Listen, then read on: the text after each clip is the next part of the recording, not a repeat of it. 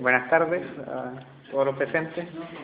La exposición tiene por nombre en el programa Modernidad y Representación Epistemológica de América, pero en realidad es un título que incluso no estoy muy seguro de ponerle, como que no he reparado mucho en el título, pero básicamente lo que se hace es tratar el tema de la representación que se hace del continente, pero también generar o elaborar una crítica a la filosofía de Peter Sloterdijk, que es un filósofo alemán que está vivo y que tiene varias publicaciones que plantean una interpretación de la globalización y de la filosofía y la historia que no engancha muy bien con lo que se viene haciendo acá en América Latina durante ya bastante tiempo. Entonces, dice, el proceso de emancipación americana trajo consigo la reflexión por parte de los propios americanos sobre la situación del continente en la historia y en el mundo. América Latina inicia así un largo camino de pensar por sí misma y por sí misma, cuestión que se instala con fuerza también en la filosofía, aunque con bastante retraso en comparación con la labor de intelectuales no filósofos como Simón Bolívar o José Martí, entre otros. Justificaciones filosóficas para este pensarse a sí mismo, latinoamericano, encontramos en lo que el filósofo peruano Francisco Miró Quesada denomina como grupo afirmativo, asentado en México y personificado en filósofos como Leopoldo Sea, esto a mediados del siglo XX. También y de manera más reciente encontramos la necesidad de este pensarse a sí mismo en el filósofo Arturo Andrés Royce y su a priori antropológico. De esta manera, por mencionar solo algunos, vemos cómo la filosofía latinoamericana se lanza a la búsqueda de lo propio, a la reflexión desde sí misma y sobre sí misma. En este sentido, el surgimiento de este pensarse a sí mismo de la filosofía latinoamericana refleja la percepción, a nuestro juicio fundamental, de que América ha sido pensada y representada por los otros, por los no americanos, esto es, por los conquistadores. Para ilustrar esta idea de América no americana, tomaremos como referencia el ejercicio crítico llevado a cabo por Enrique Dussel en su crítica a la modernidad expuesta en 1492, El encubrimiento del otro. Enrique Dussel parte su análisis desde 1492 por considerar este año como el nacimiento de la modernidad. Este año los españoles llegan a América e inician un largo proceso de explotación, reafirmando su ego cogido y construyendo su mito, el cual consiste en iniciar la emancipación de los indios, quienes, gracias a la llegada del español, dejarán de ser bárbaros y se integrarán a la civilización occidental. Eso según como se lo plantean ellos. Dussel observa que esto constituye un deber para el europeo, deber que a su vez justifica el uso de la violencia y justifica por contrabando la dominación y genocidio del indio. A través de una serie de mitificaciones conceptuales sobre 1492, Dussel entrega una reinterpretación de este acontecimiento, revelando a su vez la idea de América construida por los conquistadores a partir de ese momento, expresada a través de su discurso. Uno de estos conceptos es el de Nuevo Mundo, el cual revela claramente el carácter eurocéntrico que reina en el viejo continente y que se expresa en la forma en que Hegel se refiere a América. Un breve extracto que cita el propio Dussel. Dice Hegel, tenemos información de su desarrollo, de América, pero como una cultura enteramente particular, que expira en el momento en que el espíritu se le aproxima. La inferioridad de estos individuos en todo respecto es enteramente evidente, dice Hegel. Con esto, Dussel constata cómo a través de este reconocimiento de América como un nuevo mundo, se le deja fuera de la historia, se la clasifica como un continente ahistórico, esto debido a su evidente inferioridad, tal como lo expresa Hegel al final de la cita. Luego se analiza, por parte de Dussel, el concepto de descubrimiento, e indica que, y cito a Dussel, dice, América no es descubierta como algo que resiste distinto, como el otro, sino como la materia donde se le proyecta lo mismo. No es entonces la aparición del otro, sino la proyección de lo mismo, encubrimiento. Finalmente, el concepto de encuentro de dos mundos, hasta ahí llega la cita, el concepto de encuentro de dos mundos es analizado en el contexto de la conquista, este es el otro concepto que le analiza. La conquista se refiere al control social, a la práctica de dominación. Dice Dussel, la conquista es un proceso militar, práctico, violento, que incluye dialécticamente al otro como lo mismo. El otro en su distinción es negado como otro y es obligado, subsumido, alienado a incorporarse a la totalidad dominadora como cosa, como instrumento, como oprimido. Hasta ahí la cita. Es por esto que Dussel rechaza el concepto ampliamente difundido de encuentro de dos mundos cuando uno de ellos era destruido.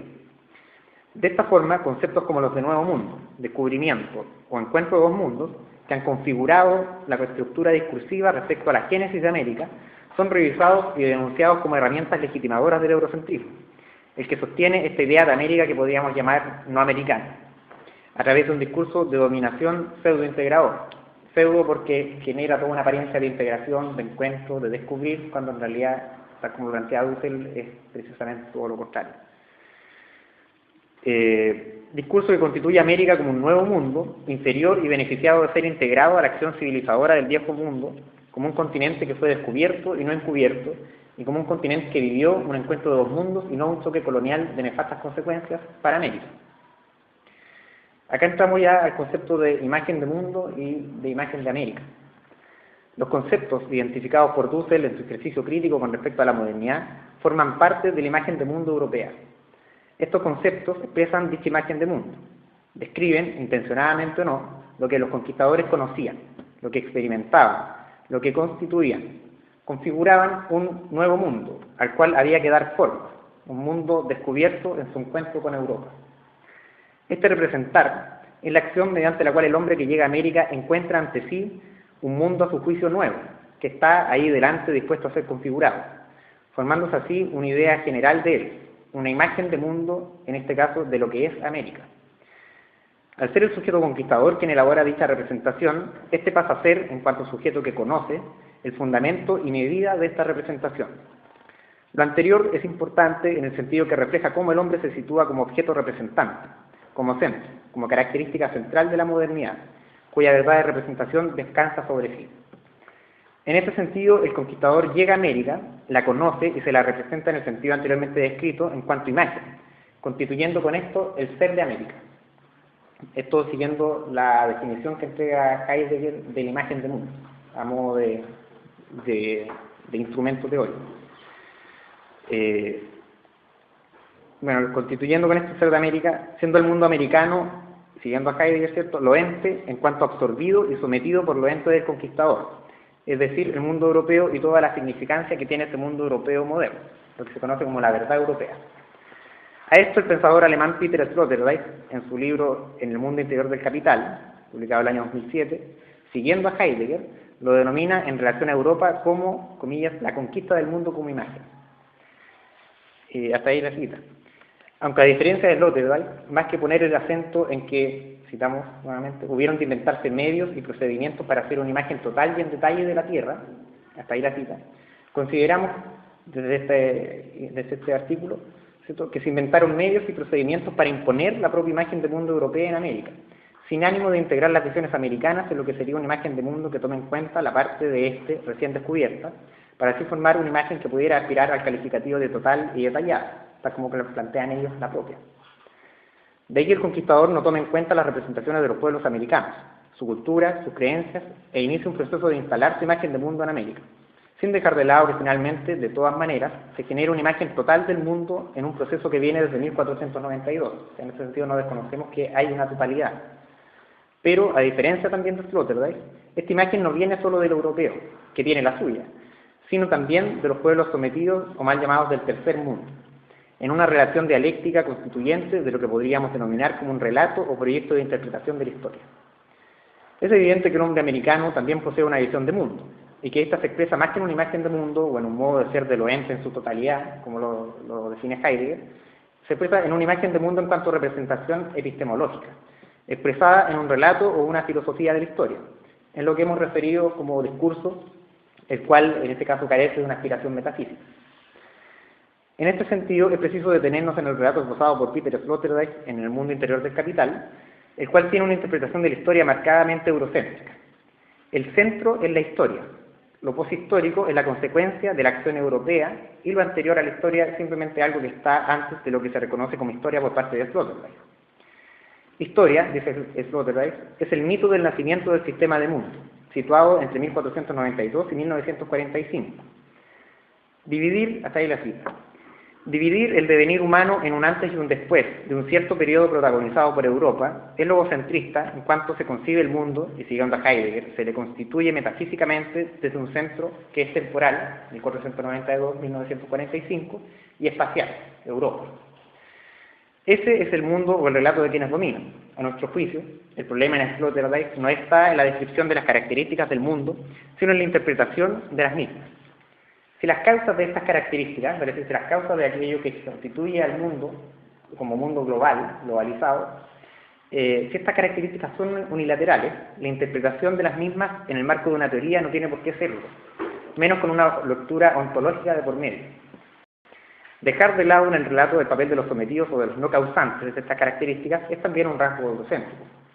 Sloterdijk no toma en cuenta cómo los dominados han actuado en la constitución de las características del sistema de mundo. Hay una ausencia de dialéctica, tal como dice el célebre pasaje hegeliano: el amo no se reconoce sin el esclavo. Si para Sloterdijk el sistema de mundo es la estructura de dominio del capital en un mundo interior que permite la libre circulación del mismo en el globo, tal como lo define en su libro, entonces la utilización de la noción de mundo y su explicación de tipo ontológica, a nuestro juicio, es exagerada y igualitaria. Los conceptos de historia y poshistoria mundial resultan problemáticos bajo esta interpretación filosófica unilateralista y limitada espaciotemporalmente a Europa. El tomar la tesis heideggeriana de la imagen de mundo, que es lo que hace Sloterdijk, tiene inevitables consecuencias metafísicas, pues esta tesis es una explicación de la metafísica que fundamenta la era moderna, en donde el ser de los entes se encuentra en su representabilidad. Imagen de mundo significa entender el mundo como imagen, concebir el ser del mundo a partir del hombre que representa y produce a través de la configuración de lo que tiene ahí delante. Así lo define Heidegger en su ensayo, y así también lo asume Sloterdijk en El mundo interior del capital. La primera consecuencia metafísica que podemos observar es que aquello que es el mundo, su ser, está determinado por esta imagen de mundo del hombre europeo. Por otro lado, si revisamos lo expuesto por Heidegger, este señala que en aquel lugar en donde no acontezca esta interpretación de lo ente, en cuanto al proceso metafísico característico de la modernidad, mediante el cual el hombre se transforma en subjecto, el mundo no se podrá concebir como imagen, no podrá alcanzar su ser en la representabilidad, lo cual significa que esa determinación del ser del mundo que enunciamos arriba como primera consecuencia, presente en el relato de Sloterdijk, solo es posible en donde ocurra este proceso metafísico moderno. Esto último a modo de segunda consecuencia. ¿Dónde ocurre este proceso metafísico? En Europa. Ahí surge la modernidad. Entonces, la constitución del mundo viene condicionada por ese hecho histórico anterior de la historia del pensamiento. De ahí que la idea de Sloterdijk de interpretar la historia como el periodo en que Europa conquista el mundo como imagen, tiene la consecuencia de que el ser del mundo es constituido a partir de 1492 y que esta constitución es propia de una era fundada en la tradición filosófica occidental, europea, cuya metafísica pasa del ente dependiente de la revelación de la verdad cristiana al ente autodeterminado que actúa como soporte y medida de la verdad, que es su verdad. Luego, si el sistema de mundo contemporáneo es la materialización de la imagen de mundo elaborada entre 1492 y 1945, ¿qué rol queda en la constitución de lo que es el mundo para los pueblos no europeos? Esto tanto en el periodo denominado como historia por parte de Sloterdijk como en la actualidad. Este discurso moderno de dominación es el que se ha constituido durante siglos como el discurso hegemónico en América Latina, aplastando las formas de vida y las representaciones de mundo de los pueblos americanos, puesto que el control del discurso, en cuanto a la construcción y emisión del mismo, es una forma de conquista y colonización a partir del relato de lo que es el mundo. Es en esta dirección también en la que Peter Sloterdijk entrega una lectura de la modernidad, aunque mucho más contemporánea y arriesgada, al presentar la historia de la expansión europea como la historia de la expansión de la verdad europea, de la instalación exitosa de su imagen de mundo, la cual para Sloterdijk se ha instalado como el actual sistema de mundo del capital globalizado, lo que constituye un periodo poshistórico. O sea, Sloterdijk le pone fin a la historia, y dice la historia se acaba cuando la globalización se constituye en el planeta. Cuando ya todos los espacios geográficos están recorridos, están cartografiados, están definidos, cuando el capital ya circula libremente por cualquier espacio y rincón del planeta, eso es el triunfo de la verdad europea. O sea, el mundo ya está constituido como tal. Y lo que venga después es lo poshistórico. Y esto es lo que vamos a analizar a continuación y a contrastarlo con lo que ocurre en América. El establecimiento total de la imagen de mundo europea es un hecho que se constata en la instalación evidente de su materialización, a saber, el actual sistema de mundo. Al menos así lo explica Peter Sloterdijk al señalar, comillas, la misión del globo solo ha acabado para los seres humanos de hoy a causa de su éxito clamoroso. Hasta ahí la cita. El éxito de una historia que más allá de tener un comienzo, un desarrollo y un final, posee un sentido teleológico, el cual refiere a la persecución de la evidencia respecto a la esfera tierra, su registro y representación a través de imágenes. Sloterdijk concluye esta idea diciendo, cito a Sloterdijk, fin se refiere aquí al estado en el que la imagen geográfica del globo terráqueo dice la verdad sobre su situación para la inmensa mayoría de los habitantes de la Tierra.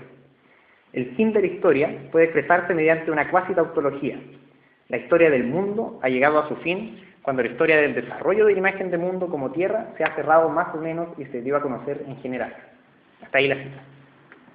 La imagen de mundo como tierra no solo se refiere a su circunvalación, sino a que los pueblos que la habitan y sus habitantes están cada vez más mediados entre sí. Cada uno es accesible por los demás, incluso desde la lejanía. Cada lugar del planeta es alcanzado por lo que ocurre en otros lugares. Ya no hay ningún lugar de la Tierra que no esté explorado, registrado y representado por esta avanzada europea que se identifica como historia. La instalación del actual sistema de mundo es un hecho que no necesita justificación. Se autofunda a partir de su evidencia, dice Sloterdijk. Aquí, citándolo textual, dice: en el reino de los capitales circulantes, el momentum ha sobrepasado los fundamentos. La consumación sustituye a la legitimación. Los hechos se han convertido en fuerzas superiores. Hasta ahí la cita. En este sentido, el actual sistema de mundo se presenta como un conjunto de sistemas de tráfico y comunicación expresados en las relaciones de mercado mundial, que indican una situación común que constituye a los seres humanos como una común antropológica. Esta situación común se refleja en que las regiones y sus habitantes se han visto de una vez sincronizados. Citamos a Sloterdijk. Dice: excesivamente requeridos, en emplazamientos de una ilusión vital, en direcciones del capital, en puntos en el espacio homogéneo a los que se retorna y que retornan a sí mismos, más vistos que evidentes, más abarcados que abarcantes, más accesibles que accedientes. Hasta ahí la cita. Para Sloterdijk, esta situación hace que el ser humano no pueda estar protegido de sus antiguos receptáculos de inmunidad, como eran la cultura o la patria. Es la fuerza del actual sistema de mundo. Citamos acá nuevamente, dice: mercado mundial es un concepto para la constatación y exigencia de que todos los ofertantes y clientes se encuentran en una exterioridad general, en un lugar sin sí mismo, siguiendo la terminología de Sloterdijk. Esta es la situación que determina el periodo denominado como poshistórico, así lo define él, cuyas características se definen en base a la necesidad de construir habitáculos que permitan la vida humana en nuevos espacios de inmunidad y protección colectiva. En el periodo histórico que fue el Estado Nacional el que proporcionó la condición política de habitabilidad, la cual en el periodo poshistórico comienza a deteriorarse debido a los fenómenos de desterritorialización y la correspondiente configuración de comunidades fuera de los Estados nacionales. Para Sloterdijk, esta situación poshistórica y el sujeto que de ella se desprende son hechos que no requieren ninguna justificación. Los individuos que viven en el interior del sistema de mundo del capital globalizado instalado entre 1492 y 1945, ¿cierto?, la descripción del hecho basta como prueba. La representación del mundo como imagen y sus consecuencias, y la situación actual que se vive en América Latina, tanto con su filosofía como con su situación política, vienen, a nuestro juicio, a demostrar que el relato de Sloterdijk no es lo suficientemente grande. La lucha por el discurso y lo que Heidegger llama la posición en que se puede llegar a ser aquel ente que da la medida a todo ente y pone todas las normas, es la lucha por lo que el hombre determine que sea el mundo, y en nuestro caso, América. Esta representación epistémica dominante no es solo el fruto de la representación de los conquistadores, los hombres unilateralistas y desinhibidos de Sloterdijk, sino que está determinada en una relación dialéctica o constituyente con los conquistados, quienes resisten esta representación hegemónica de la imagen de mundo, creando su propia representación en cuanto dominados. La imagen que sale de esta representación es la de una América dominada que debe pensarse a sí misma. Él lucha por la hegemonía de lo que se quiere sea América, y no necesariamente hombres individualistas, que por lo demás el propio Sloterdijk atribuye a las sociedades avanzadas, entendiendo por esta las sociedades protagonistas del periodo histórico y sus herederos. En este sentido, América, de aquí está nuestra crítica fundamental, Sloterdijk, América no tiene un ser determinado. ¿Ya? El ser de América es una construcción epistemológica y política, de ahí que tenga que ser una construcción americana. Es esto último, en cuanto segundo aspecto no considerado por Sloterdijk, lo que subyace al surgimiento de la filosofía latinoamericana. La resistencia frente a la imagen de nuestro continente construida por el otro no americano. La constatación de que lo que se entendía por América, e incluso lo que se pensaba en el plano filosófico general, era hegemónicamente lo que se había producido en Europa. Surge así en forma pionera estos grupos afirmativos latinoamericanos que señalábamos al comienzo. En ese sentido, retomando nuestras conclusiones, y ya finalizando, Sloterdijk no toma en cuenta lo que el propio Heidegger señala, la confrontación entre visiones de mundo. En ese sentido, la historia, más que el mito del nacimiento del sistema de mundo, como dice este filósofo alemán, es la lucha entre las visiones de mundo que buscan configurar el sistema del mundo. La expansión de la imagen del mundo planteada por Sloterdijk no se ve alterada ni en confrontación con la imagen del mundo de los pueblos que busca dominar, y se limita a un relato parcial. Es por esto que su relato cae tan fácilmente en el finalismo y no es lo suficientemente grande, o sea, no abarca la totalidad de realidades. Toma solo a una parte de la relación en la disputa por la configuración del mundo, que fundamenta el sistema del mismo. A nuestro juicio, no hay una razón lo suficientemente poderosa como para determinar la historia, en el sentido de que en la actualidad no pueda llegar a construirse una imagen del mundo distinta. Por último, respecto a la necesidad del relato como figura de interpretación, el filósofo Sloterdijk señala que básicamente que los grandes relatos tienen que volver a construir, ¿ya?, frente a lo que ocurre con la posmodernidad. Al ocurrir el hecho posmoderno, entran en una deslegitimación los grandes relatos, pasan a ser ya cosas de antaño, antiguos. Y Sloterdijk precisamente lo que defiende es la construcción de grandes relatos. Más allá de compartir el diagnóstico de este filósofo alemán en cuanto a la necesidad de un gran relato a la hora de interpretar el hecho evidente de la globalización, consideramos que, por lo menos para el caso de América, no hay tal cosa como una poshistoria, puesto que el continente y sus habitantes aún continúan una lucha que se viene dando desde 1492. La lucha por la configuración de la imagen del mundo, esa relación dialéctica que en América se plantea entre la imagen del mundo de los dominantes y los dominados, es una prueba de ello y es lo que reconocemos como historia. Ponerle un fin a la historia y declarar un periodo poshistórico resulta problemático, puesto que uno se asume una postura metafísica que constituye el ser del mundo a partir de la representación unilateral del mismo y su consiguiente expresión discursiva y material en un sistema de mundo global que determina todo el resto de la evolución humana, lo que se denomina como poshistoria. Y dos, porque se niega la realidad de América Latina, que habla en este preciso momento de un pensar pacifismo latinoamericano que se traduce en proyectos filosóficos y políticos propios de una construcción de mundo propia y auténtica. Eso sí.